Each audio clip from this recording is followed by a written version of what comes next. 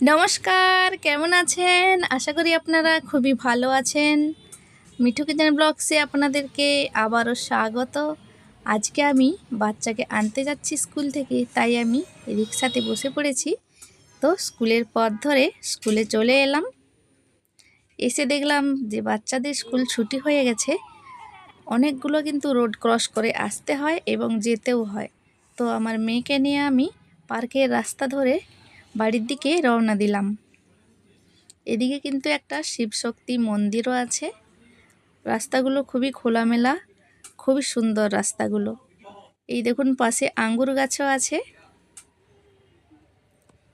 রাস্তাগুলো খুবই ফাঁকা আর খুবই সুন্দর, আর এত রোদ্দুর, উপরের দিকে তো তাকানোই যাচ্ছে না। মাটিগুলো একেবারে তেঁতে আছে, আর রোডের রাস্তাগুলো তো খুবই ভয়ানক, খুবই গরম, আর গরম গরম বাতাস বইছে। তো এখানে একটা আর্য সমাজ মন্দির আছে, এই রাস্তা ধরে আমরা চলছি। তার পাশে আছে একটা পাঞ্জাব ব্যাংক। এখানে অনেক দোকানও হয়েছে নতুন নতুন। আর এটা হচ্ছে দিল্লির একটা ফেমাস জায়গা, রাজেন্দ্র প্লেস। এখানেও অনেক নতুন নতুন দোকান হয়েছে। তো এখানেই আমরা রিক্সার জন্য ওয়েট করি। তো এই দুটো রোড ক্রস করে আমাদেরকে ওপারে যেতে হবে, তাই কিছুক্ষণ আমরা দাঁড়িয়ে আছি। এইবার আমরা রিক্সাতে বসে পড়েছি। রিক্সা ভর্তি হয়ে গেছে। প্যাসেঞ্জার ভর্তি হলেই রিক্সা ছেড়ে দেয়। তো আমরা যাচ্ছি। তো একটু সামনে গেলেই দেখুন কত ফলের গাছ হয়ে গেছে, একেবারে পেকে লাল হয়ে গেছে। আর এখানে একটা এমার্জেন্সি হাসপাতাল আছে, পাশে আছে শনি মন্দির। এখানে রাস্তাগুলো খুবই জাম, ভিড়ভাড় এলাকা। তো আমরা যাচ্ছি। এখানে দেখুন একটা রেলের মতো করে একটা হোটেলও হয়েছে, অনেক ফলের দোকান। এই দেখুন, আর এই দিকের যে বাড়ির কাছাকাছি যে রাস্তাগুলো একটা ট্যাং রোড এলাকা, খুবই রাস্তাগুলো খারাপ আর খুবই গ্যাঞ্জাম। প্রচণ্ড গাড়ি ঘোড়া, এত জাম, দাঁড়িয়ে দাঁড়িয়ে আসতে হলো।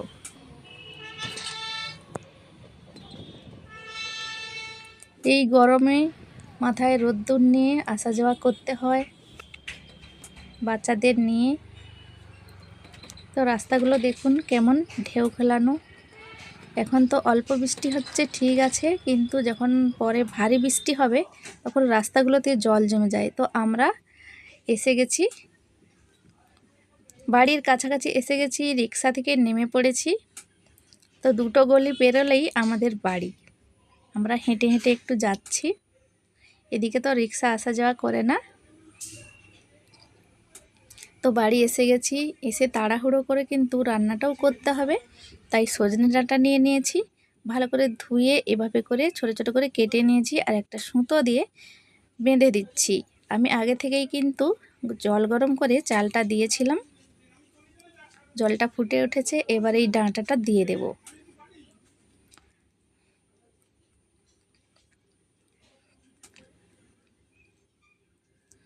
ভালো করে বেঁধে দিতে হবে।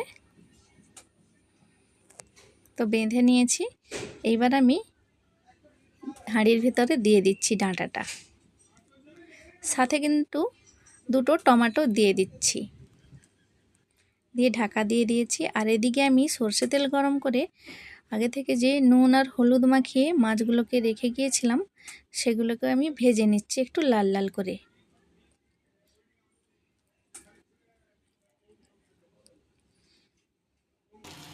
মাছগুলোকে একটু লাল লাল করে ভেজে নিয়েছি। এবার মাছটা ভাজা হয়ে গেছে, এবার আমি তুলে নিচ্ছি। আরও 2-3 পিস মাছ আছে, ভাবলাম ভেজেই নেওয়া যাক, তো ভেজে নিচ্ছি।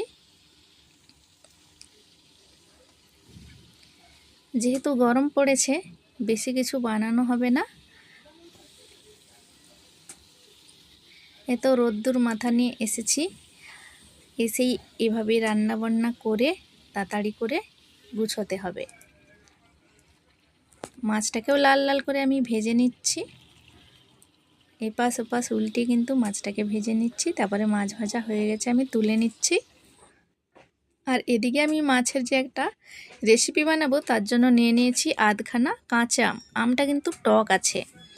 সাথে দিয়ে দিচ্ছি গোটা সর্ষে, লঙ্কা গুঁড়ি আর হলুদ গুঁড়ি দিয়ে সামান্য জল দিয়ে একটা মিহি পেস্ট তৈরি করে নেব। তো মাছটাকে আমি দেখুন ভাজা হয়ে গেছে, তুলে নিচ্ছি।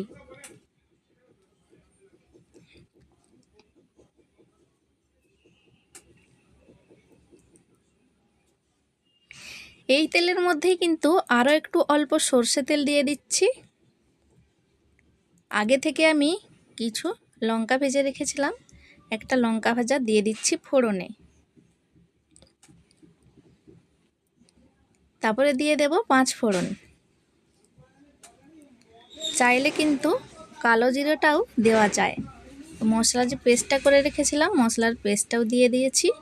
দিয়ে ভালো করে একটু নেড়ে চেড়ে ফুটিয়ে নিচ্ছি। বেশি কিন্তু নেড়ে চেড়ে নেওয়া যাবে না, সর্ষে আছে যেহেতু তেতো হয়ে যাবে। তারপরে মিক্সির জারটা ধুয়ে একটু জল দিয়ে দিচ্ছি, পরিমাণ মতো নুন দিয়ে ভালো করে এভাবে মিশিয়ে নিচ্ছি। তারপরে দিয়ে দিচ্ছি সামান্য চিনি।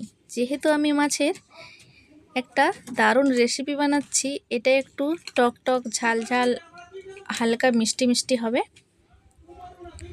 রোদ্দুর থেকে এসে যদি এই রেসিপিটা থাকে ভাতের সাথে, তাহলে তো পুরো ভাতটাই জমে যাবে, খাওয়াটাই পুরো অমৃত হয়ে যাবে। তো মাছের মাথাটাও দিয়ে দিচ্ছি আমি এই ঝালটার জন্য। একটু ফুটে গেলেই কিন্তু নামিয়ে নেব। দেখুন ফুটে উঠেছে। একটা কাঁচা লঙ্কাকে কেটে দিয়ে দিচ্ছি। এইবার আমি তুলে নিচ্ছি।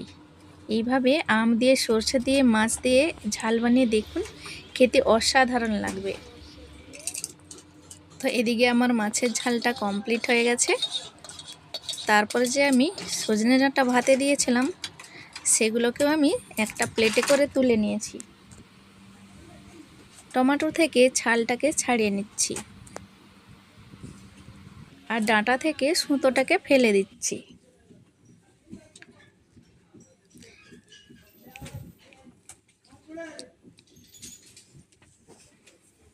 তারপরে একটা চামচের সাহায্যে এই ডাঁটা থেকে পাল্পটা বের করে নিচ্ছি।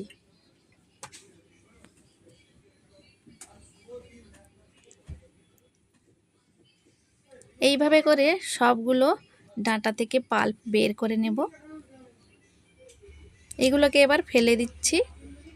তারপরে আগে থেকে আমি পেঁয়াজটা ভেজে রেখেছিলাম আর লঙ্কাটা যে ভেজে রেখেছিলাম, সাথে পরিমাণ মতো নুন দিয়ে দিচ্ছি আর কাঁচা সর্ষে তেল দিয়ে ভালো করে এই সজনে ডাঁটার পাল্পটা টমেটোটার সাথে ভালো করে মেখে নেব। দারুণ একটা ভর্তা তৈরি হয়ে যাবে। দারুণ লাগে কিন্তু এই রেসিপিটা, অবশ্যই তৈরি করে দেখতে পারেন। তো আমি আজকে বেশি কিছু তৈরি করিনি।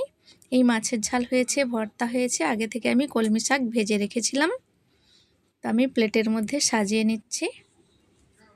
আমার মেয়ে এসে স্নান পান করে রেডি হয়ে গেছে, তার জন্য আমি ভাত বাড়ছি। প্রথমে শাক ভাজা দিয়ে ভর্তা দিয়ে আধখানা পাতিলেবু দিয়েছি, মাছের ঝাল দিয়ে দেবো, সামান্য নুন দিলেই তৈরি হয়ে যাবে আমাদের আজকের রেসিপি।